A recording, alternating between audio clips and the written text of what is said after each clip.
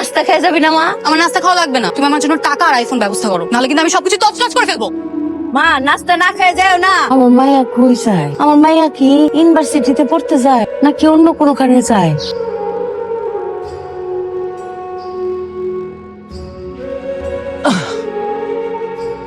আমার মাইয়া সিগারেট খায়। তুই একবার চিন্তা কর, তুই একটা গ্রামের খ্যাত, ভার্সিটিতে নসিমনের মতো, আর এখন তোর লুক দেখছোস করে ভার্সিটি তোর পেছনে ঘুরে। আমার তো চিন্তা ভাবনা, তোরা আমি সুন্দরী প্রতিযোগিতায় নাম লেখাবো, আমার প্রতি তুই ভরসা রাখ, তুই শুধু 50,000 টাকা ম্যানেজ কর। ওটা কোনো ব্যাপারই না, একটু মারে বললেই হ্যাঁ দিয়ে দিবে। যেই মাইয়ার আমি নিজের কিডনি বিক্রি করে ভার্সিটিতে ভর্তি করাইছি, এই মাইয়া আমার নেশা করতেছে। আমার মাইয়া তো নেশা করে গেছে গা।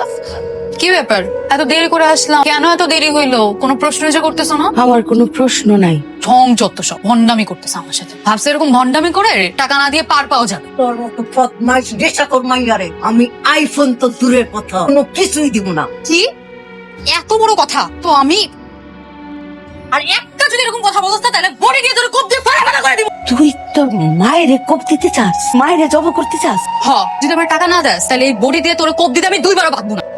তুমি এবারে মারলা? মায়েরা জব করে ফেলার উচিত আমার। আমিও তোকে বলে দিলাম, টাকার জন্য আমি সবকিছু করতে রাজি। কালকের মধ্যে যদি আমি টাকা না পাই না, এই বাসায় কিয়ামত হবে।